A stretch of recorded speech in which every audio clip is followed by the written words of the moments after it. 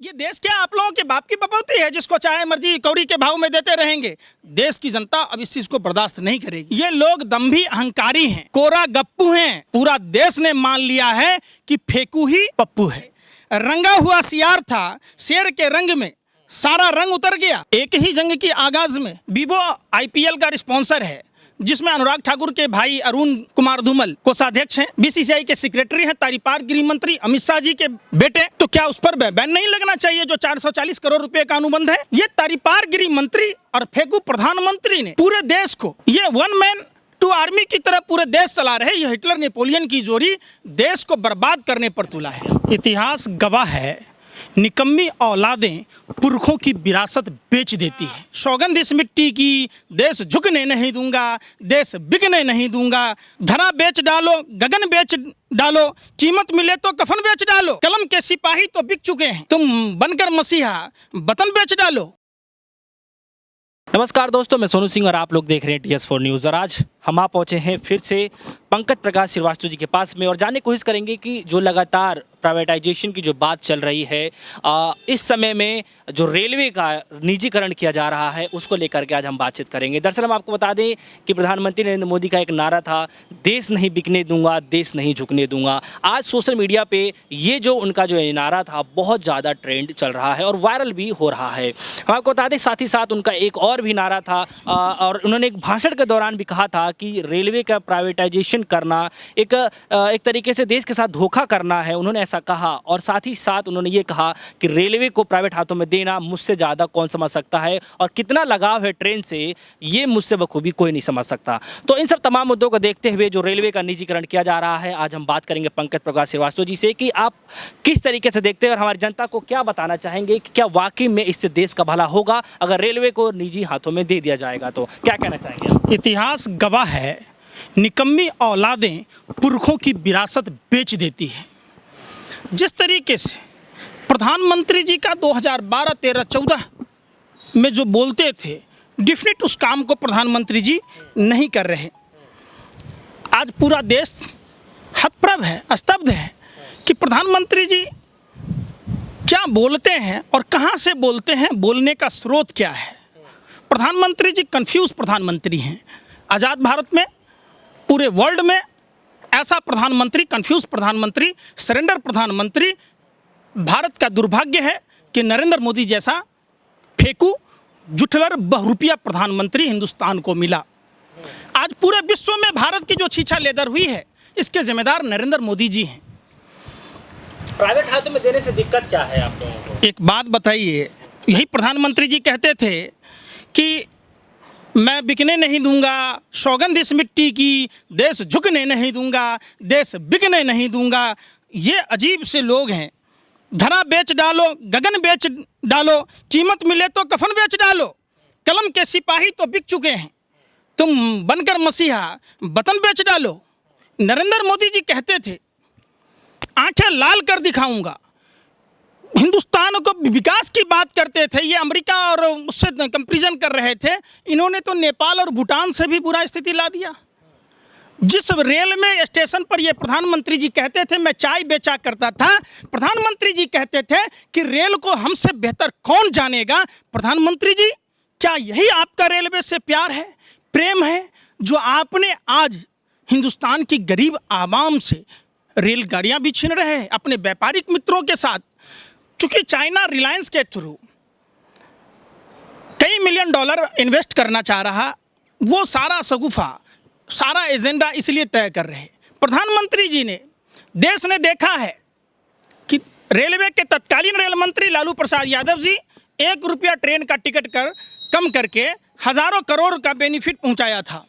और ये प्रधानमंत्री जी बेतहाशा वृद्धि कर, प्लेटफॉर्म टिकट का वृद्धि कर, टिकटों में बेतहाशा वृद्धि कर, फिर भी आप रेल को नुकसान में बताकर जानबूझकर एक साजिश के तहत, देश ने देखा है जिस जियो फोन के ब्रांड एम्बेसडर सेल्समैन सप्लायर बनकर इन्होंने MTNL BSNL को डुबाया था, आज क्या हुआ?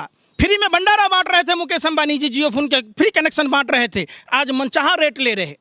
ठीक रेलवे में इसी तरीके से साजिश के तहत देश की आवाम को लूटा जाएगा, इसलिए परेशान है। अच्छा, सवाल ये भी उठ रहा है और जनता जवाब भी मांगना चाहती है कि आखिर में जो सरकारी पटरियां हैं उस पर हम प्राइवेट ट्रेनों को क्यों दौड़ाएं? सरकार की पटरियां हैं, तो उसको क्यों प्राइवेट हम उसको तो वही तो प्रधानमंत्री जी को सोचना चाहिए ना कि आप निजीकरण कर रहे तो आप नई रेल लाइन पे बिछवाइए उस जिन कंपनियों को आप दे रहे, जिन आप अपने व्यापारिक मित्रों को दे रहे।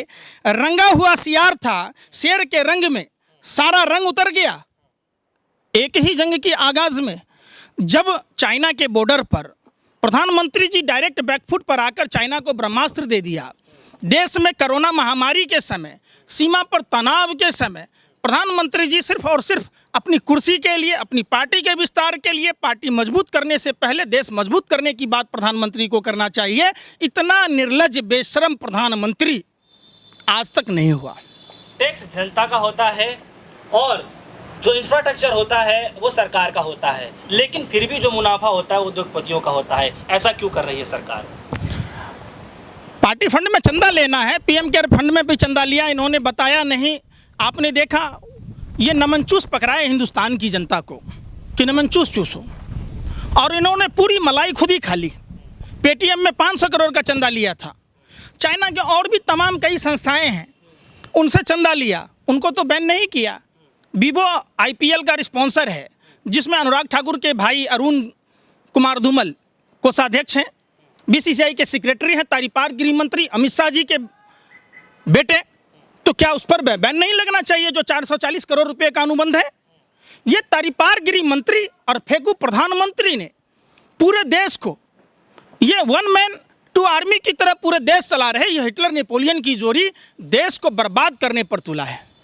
आपको क्या लगता है कि अगर जो भी सरकारी महकमे हैं, अभी तो फिलहाल हम रेलवे निजीकरण की बात कर रहे हैं, अगर रेलवे को अगर निजीकरण कर दिया जाए, हालांकि ऑलमोस्ट ऐसा लग रहा है कि हो ही गया है, तो आपको क्या लगता है कि क्या वाकई में उस तरीके से देखें जिस तरीके से जियो ने फ्री ऑफर दिया, उसके बाद से मनमाना अपना प्लान बदला, क्या आपको लगता है कि इस तरीके से जनता को गुमराह किया जा सकता है किराए के नाम पर? बिल्कुल, भाजपा के लोगों को ये पता है। जो लोग 70 सालों से सरकार चलाने की जिद कर रहे थे, 6 साल में भारत की छीछा लेदर कर दी।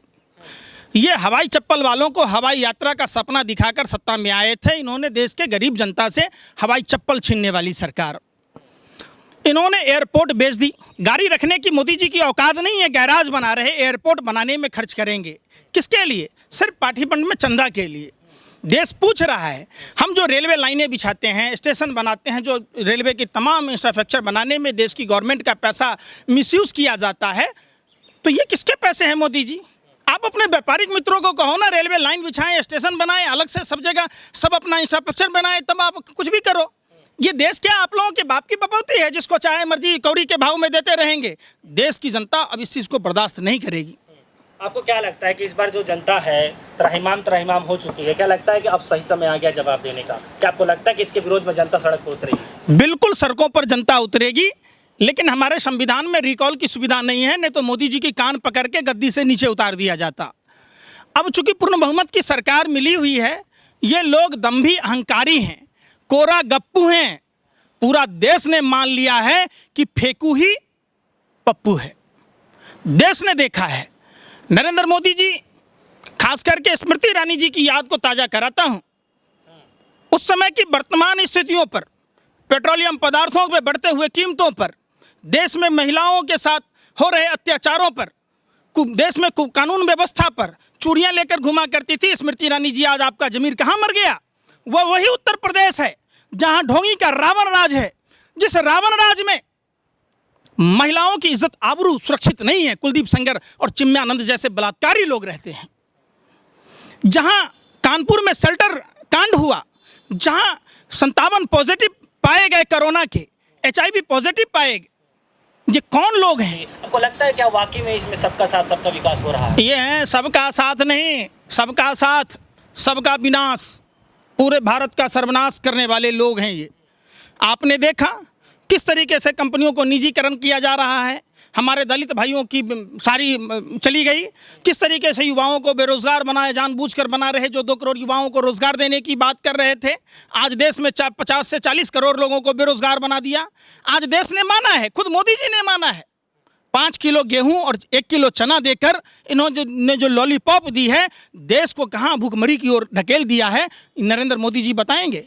अच्छा, मुस्लिम कम्युनिटी के लोग लगातार ये सवाल उठाते रहे हैं कि अभी जो हाल ही में प्रधानमंत्री नरेंद्र मोदी ने देश को जो संबोधित किया, उसमें उन्होंने जो जितने भी हिंदू के जो त्यौहार आते हैं उन लगातार काउंटिंग कराते हुए उन्होंने बताया छठ पूजा और दिवाली जैसे लगातार बड़े जो त्यौहार हैं। लेकिन जो मुस्लिम कम्युनिटी के जो लोग हैं उनका जो त्यौहार है बकरीद जैसे और भी अन्य त्यौहार है, मैं कभी काउंट नहीं कराया आज तक, कभी सुनने में भी नहीं आया। तो लोग अभी उस तरीके से देख रहे हैं और एक अलग नज़रिया से भी देखने का कार्य करें। क्या आपको लगता है कि प्रधानमंत्री के ऊपर ये सूट करता है एक नज़र से? देखिए, ये इटली के मुसोलिनी और जर्मनी के हिटलर के मानने वाले लोग हैं। इनके जो संस्थापक थे, हिंदू महासभा और आरएसएस एक दूसरे के पूरक थे। इन्होंने देश के आज़ादी के पहले भी देश को कमज़ोर किया, ये अखंड भारत को खंड खंड करा दिया। अगर ये लोग नहीं होते तो पाकिस्तान नहीं बना होता। पाकिस्तान बनाने में आरएसएस और हिंदू महासभा के लोगों का योगदान था। 1941 की बात है, श्यामा प्रसाद मुखर्जी फजल उल हक मुस्लिम लीग के थे, उनके साथ सरकार बनाए जिसमें श्यामा प्रसाद मुखर्जी वित्त मंत्री थे। धर्म के आधार पर विभाजन की बात उन्होंने की थी। 1943 में गुलाम हुसैन उदयतुल्ला खां और जिन्ना के साथ सरकार बनाने वाले लोग सिंध प्रांत में धर्म के आधार पर विभाजन की बात की और भारत के टुकड़े टुकड़े कराए। ये टुकड़े टुकड़े गैंग के लोग हैं। यही तो देशद्रोही है जो अपने ही देश को अमन चैन भाईचारा को छीन कर देश को नफरती दीवार में खड़ा कर दिया और देश में सब कुछ सत्यानाश कर दिया। जर्मनी विश्व का सबसे समृद्ध देश कहा जाता था। जब वहाँ जर्मन और यहूदी में लड़ाई हुई तो जर्मन का हाल देख लीजिए क्या हो गया। वही हाल इन्होंने भारत का किया। भारत में जानबूझकर इन्होंने जाति और धर्म के आधार पर, भाषा और प्रांत के नाम पर देश में जो वैमनस्यता फैलाई, आज देश में जो भी कुव्यवस्था फैली है, इसके जिम्मेदार नरेंद्र मोदी जैसा घटिया स्तर का प्रधानमंत्री है।